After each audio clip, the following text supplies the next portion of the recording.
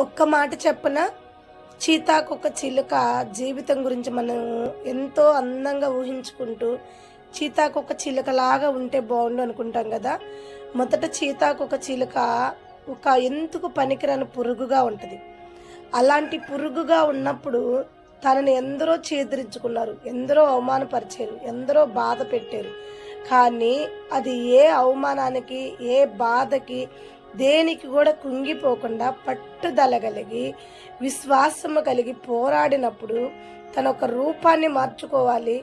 ఏ మనుషులైతే తునీకరిస్తున్నారో, ఏ మనుషులైతే నన్ను చూసి అవమానపరుస్తున్నారో అట్టి వారి ముందే నేను ఘనతగా ఉండాలని కోరుకున్న సీతాకొక చిలుక ఎంతో కష్టపడి తన ఒక రూపాన్ని, ఎందుకు పనికిరాని ఆ రూపాన్ని తీసివేసి అందరూ ఇష్టపడే రూపంగా, అందరూ తనను చూసి ఏ మనసులైతే తునీకరించారో ఆ మనసులు ఎదుటే గర్వంగా నిలబడే రీతిగా తన రూపాన్ని, ఎందుకు పనికిరాని రూపాన్ని సీతాకొక చిలుకగా మార్చుకుంది. ప్రియమైన బిడ్డలారా, ఈరోజు నిన్ను చూసి అందరూ ఎక్కిరిస్తున్నారని, నిన్ను చూసి అందరూ నవ్వుకుంటున్నారని, నిన్ను చూసి అందరూ కూడా ఏళన చేస్తున్నారని నువ్వెందుకు బాధపడుతున్నా?